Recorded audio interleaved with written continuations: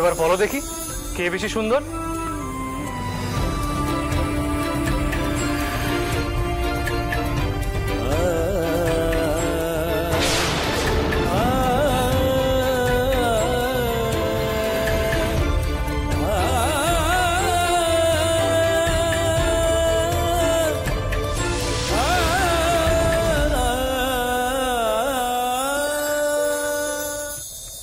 না ভাই, তুমি তো তোমার দাদা মশাইকে হারাতে পারলে না।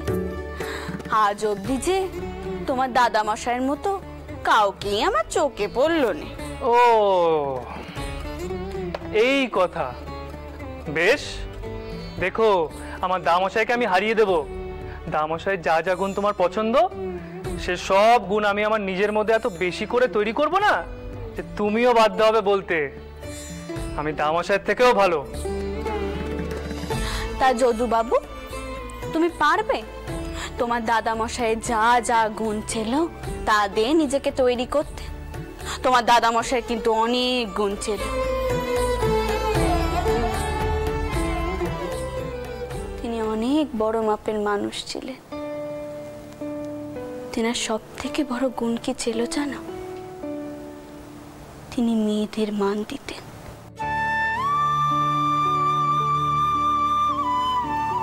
মেয়েদের সমান ভাবতেন।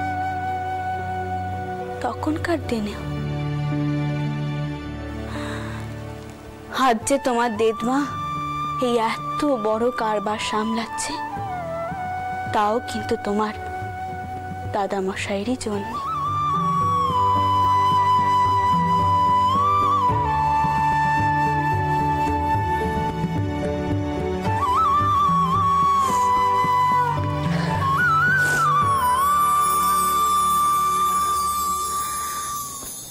মানিক, একখানা কথা সব সময় মাথায় রেখো। স্ত্রীকে মান দিও। তাকে তুমি যত বেশি মান দেবে তুমি উল্টে ততটাই মান ফেরত পাবে।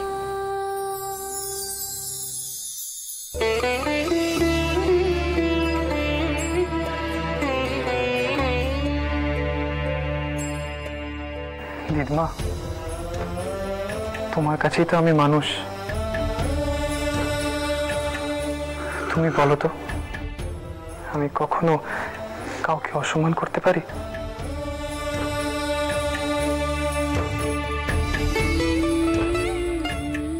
মা সেই কবে চলে গেছেন। বাবা মশাই অনেক কাল হলো চলে গেছেন।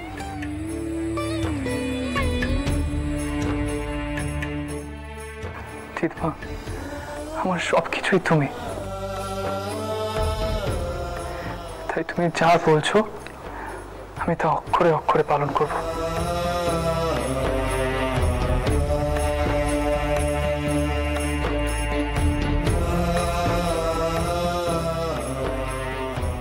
আপনি দেখেছেন আপনার নাতিকে কিন্তু আমি মানুষের মতো মানুষ করার চেষ্টা করেছি।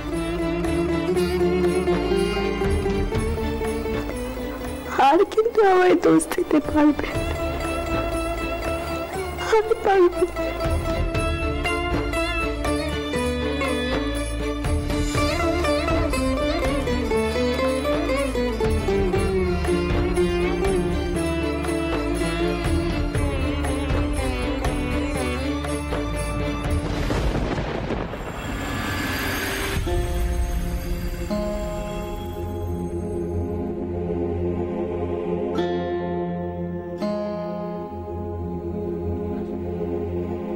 তুমি কেন এখানে দাঁড়িয়ে দাঁড়িয়ে চোখ মুছছো মা?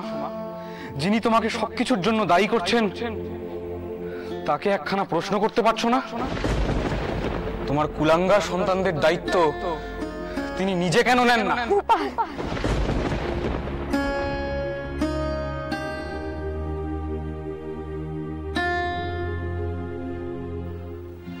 আমি রকচটা, তার দায়ভার মায়ের। ত্রৈলোক্য যেমন ধর্মে বিশ্বাস করে তার দায়ও মায়ের।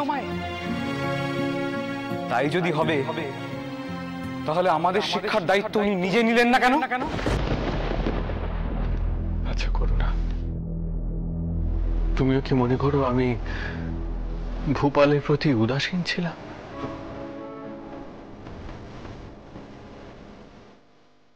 হ্যাঁ, এটা ঠিক, বাবা মশাই চলে যাওয়ার পর আমি কারবারে ব্যস্ত ছিলাম, কিন্তু তাই বলে পিতা হিসেবে আমি বেটাদের শিক্ষার অবহেলা করেছি আর জগদম্বাকে দোষ দিচ্ছি?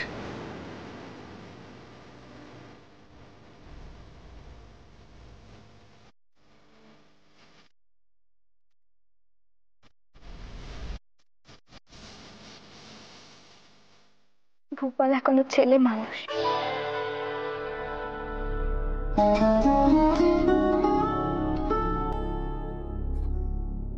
মাথা গরম তার।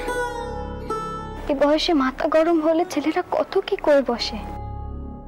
আপনি এভাবে ওর কথা কেন ধরছেন কোন দিকে? তোমাদের ওদিককার স্ত্রী আচার সব শেষ? হ্যাঁ, এবার সকলের খাওয়া দাওয়ার ব্যবস্থা করতে হবে। কইছিলুম কি, আমি একবার ভূপালকে ডাকি। কেন? তাকে ডাকবে কেন? এ তো আর প্রথমবার নয় যে সে আমার মুখে মুখে কথা বলেছে। তবে এটা ঠিক, আমার উচিত হয়নি বেটাদের সামনে তোমার সাথে ওভাবে কথা বলা। আমার এখন উচিত ওর সাথে সরাসরি কথা না বলা। ঠিক যেমন আটামশাই মহেন্দ্রর সাথে বিশেষ কথাবার্তা বলেন না।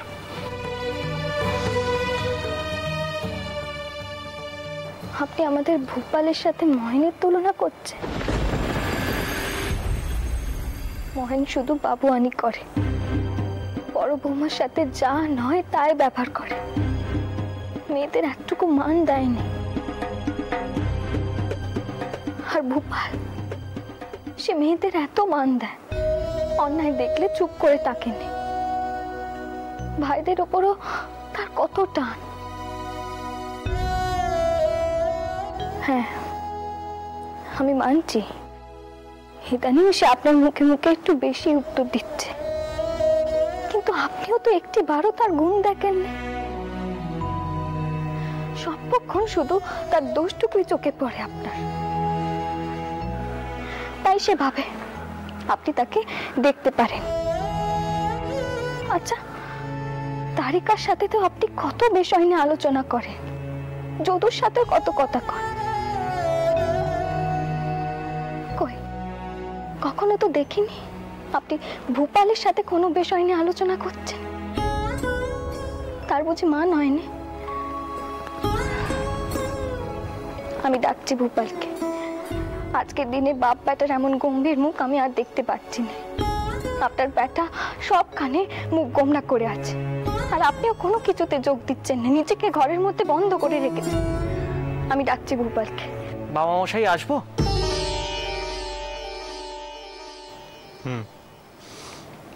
এসো। আমি আসছি। বাবা মশাই, আপনার এই ওষুধটা আমি ঢেলে দিই। এই এক ডাগ ওষুধ আপনি খেলে কিন্তু একদম ঠিক হয়ে যাবেন। ওষুধ? কিসের ওষুধ তারিকা? আপনার কি শরীর খারাপ হয়েছে? আংটি খেলার ঘর থেকে বেরিয়ে এসে দেখি বাবা মশাই শুয়ে আছেন। নিজের মুখে তো কখনোই কিছু বলেন না। আমি একেবারে ডাক্তার গুপ্তর কাছে চলে গেছিলাম মা। উনি এই মিক্সচারটা দিলেন। ডাক্তার গুপ্ত সব শুনে বললেন বাবা মশাইয়ের নিশ্চয়ই রক্তচাপ বেড়েছে। উনি অনেকবার দেখেছেন বাবা মশাইকে, তাই উনি জানেন। বাবা মশাই,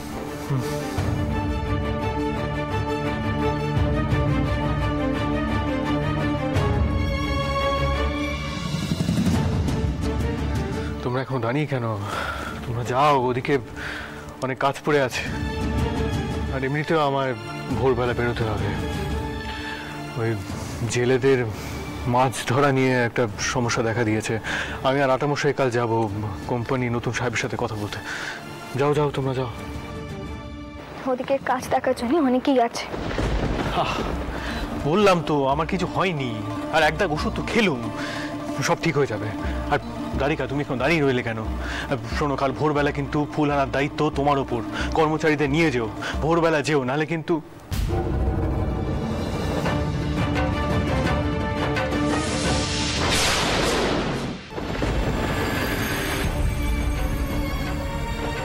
যিনি তোমাকে সবকিছুর জন্য দায়ী করছেন তাকে একখানা প্রশ্ন করতে পারছো না? তোমার কুলাঙ্গার সন্তানদের দায়িত্ব তিনি নিজে কেন নেন না?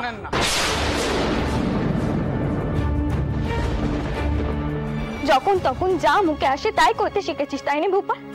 কারোর মান সম্মানের তোয়াক্কা করিস না। যা এক্ষুনি বাবা মশাইয়ের কাছে মাপ চাইছি ভূপাল। উনি ঠিকই করেছেন রে ভূপাল, আমি তোদের শিক্ষা দিতে পারিনি। তোর ব্যবহারে উনি কতটা কষ্ট পেয়েছেন সেটা বুঝতে পেরেছিস? এক্ষুনি মাপ চা। কি করছো এটা কি? আর নিজেকে কেন দোষারোপ করছো জগদম্বা?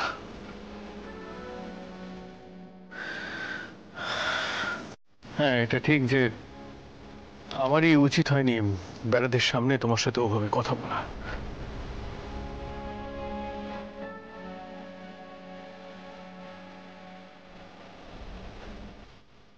আর আমি যথেষ্ট ভালো আছি, আমার কিছুই হয়নি।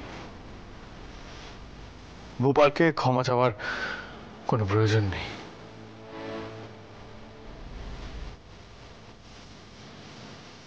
সে বড় হয়েছে, যা ভালো বুঝেছে তাই বলেছে।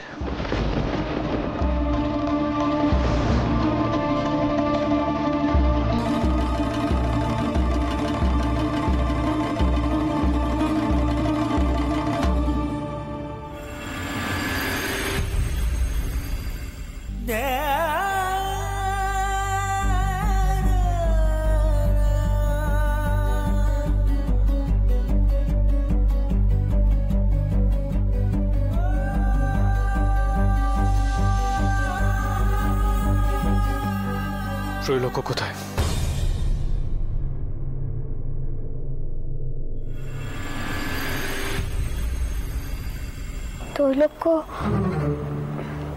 ত্রৈলোক্য ঠাউর করে, কিন্তু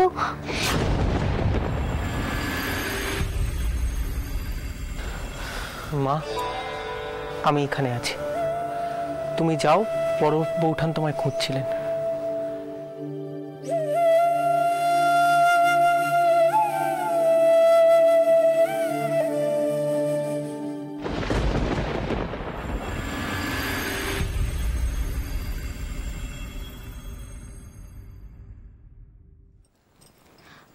মাসিমণি, মেশোবাবুর নাকি শরীর খারাপ, তা বাড়াবাড়ি কিছু? না না, তিনি এখন ঠিক আছেন, তোর আর এমনি চিন্তা করিস না। ও মেজো বউ, তুই এবার একটু ঠান্ডা হয়ে বস দেখিনি। দাঁড়া, আমি তোদের দুজনের জন্য একটু মিষ্টি নিয়ে আসছি, নিশ্চয়ই খিদে নিয়ে গেছে, তাই না?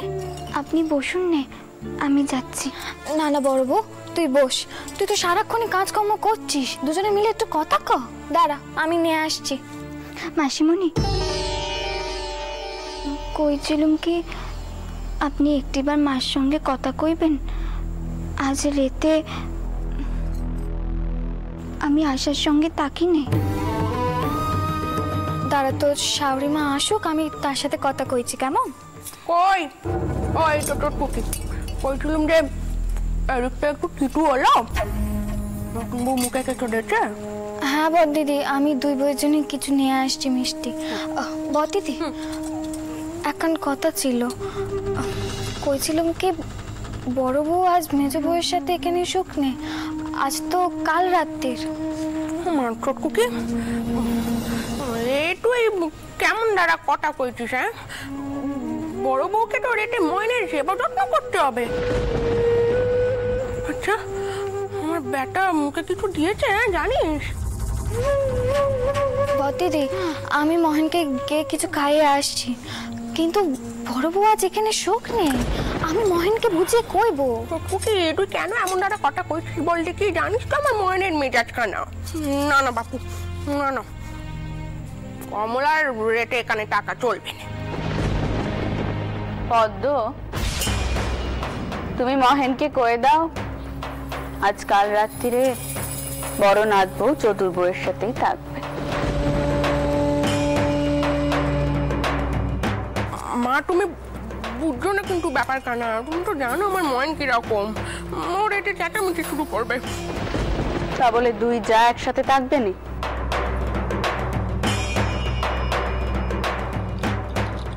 আমি যখন প্রথম বউ হয়ে এই বাড়িতে এসেছিল তখন আমার শাশুড়ি মা আমাকে দিদির হাতে তুলে দিয়েছিলেন। সেই রেত থেকেই দিদি আমার হাত ধরে সংসারের নিয়ম কানুন শিখিয়েছে। হ্যাঁ, আমি মানছি আশা আমাদের বাড়ির পুরনো, কিন্তু বউ হয়ে সংসারের কি কর্তব্য কর্ম তা বড় নাথ বউ ছাড়া আর কে শেখাবে বলো দেখি? না পদ্ম, না, কমলা কিন্তু শুধু মোহিনীর বউ নয়, ও এ সংসারের বড় বউ। এই কথাখানা কিন্তু ভুললে চলবে না। বড়নাথ বউ, তুই আজ রাতে আশার সাথেই থাকবি, কেমন? চটকু কি বউদের যত্নার্থী ঠিক মতো হচ্ছে তো? ওদের অযত্ন হলে কিন্তু তোমাদের বাবা মশাই স্বর্গ থেকে আমাকে দুষবে। নাথ বউরা শোনো ভালো করে, কাল কিন্তু বাড়িতে যজ্ঞী বাড়ির কাজ। হ্যাঁ, কথাখানা যেন মাথায় থাকে। তাড়াতাড়ি সবাই শুয়ে পড়ো, কেমন?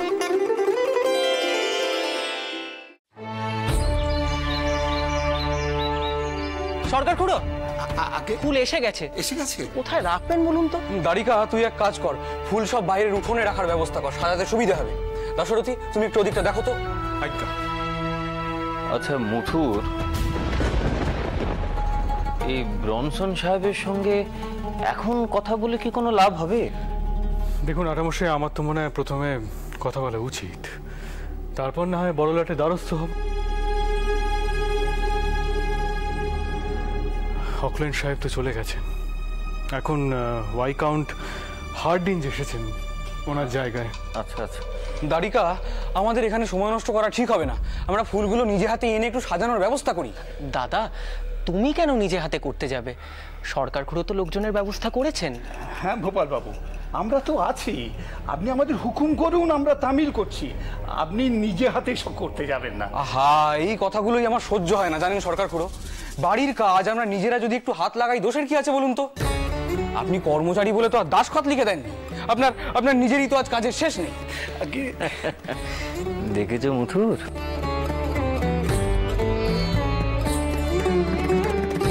দেখো দেখো ব্যাটারা কত বড় হয়ে গেল। হ্যাঁ, তার সব দায়িত্ব কাঁধে নিয়েছে।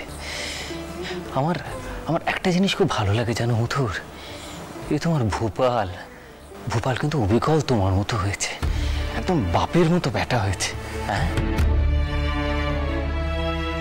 তোমার মনে আছে তুমিও কিন্তু একসময় যেচে সমস্ত দায়িত্ব নিজের কাঁধে নিতে, তুমি কারোর কথা শুনতে না, কারোর বারণ মানতে না।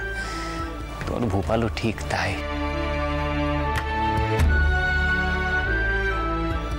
যদিও একটু রকচটা, কিন্তু খুব খুব কর্মা, খুব কর্মা। আমার খুব ভালো লাগে তোমার ব্যাটাকে। শুধু মাঝে মধ্যে জানো একটু আফসোস হয়, আমার মহিনটা যদি তোমার ব্যাটার মতো হতো তাহলে। আটামশাই, কি জানেন, এখন আর সেই দিনকাল নেই। আমাদের সময় যা ছিল, এখন আর ব্যাটাদের উপর আমাদের জোর খাটে না, বুঝলেন? যুগ পাল্টে গেছে। যুগ পাল্টে গেছে এ কথা তুমি বলছো? হ্যাঁ মথুরা, আজকে তোমার বাবা মশাই বেঁচে নেই, কিন্তু আমার বিশ্বাস তিনি বেঁচে থাকলে আজও তোমার বিষয়ে একই কথা বলতেন। আমি আমার বেটাকে বারণ করি, তা সত্ত্বেও সে শোনে না। আচ্ছা সেই যুগে তুমি তোমার বাবা মশাইয়ের কোন কথাটা শুনেছো বলো দেখি? শুনেছো? তাহলে আজকে তোমার বেটা কেন তোমার কথা শুনবে? চলো চলো, দেরি হয়ে যাবে। বলছিলাম যে হেসেলে তো মালপত্র কিছুই এখনো ঢোকেনি, সবে আনাজপত্র কাটা শুরু হয়েছে। কি করেছে কি হবে আমি কিছুই বুঝতে পারছি না, আর আপনারা এখনো এখানেই দাঁড়িয়ে আছেন। আচ্ছা সরকার মশাই সরকার মশাই আগে হারান জেলে কি কইলো? মাছ কখন পাঠাবে? শুনছি তো কাল থেকে আপনারা নাকি শুধু চেষ্টাই করে যাচ্ছে। সত্যি বাবু, এরকম কাণ্ডিয়ে সংসারে আগে কখনো ঘটেনি। উফ পদ্ম, একটু আস্তে কথা বলতে পারছো না? পদ্ম, এখনো মাছ আসেনি? মতুর এসব কি হচ্ছে? কেউ কি জানে না আজ মার বাড়িতে কত বড় কাজ আছে? সরকার মশাই, আগে আপনি হারান সর্দারকে ডাকুন, সে যেন এসে আমার সাথে কথা কয়। মা, হারানের কোনো দোষ নেই। সে মাছের যোগান দিতে চায়, কিন্তু তাদের নৌকো কোম্পানির অফিসাররা আটক করেছে।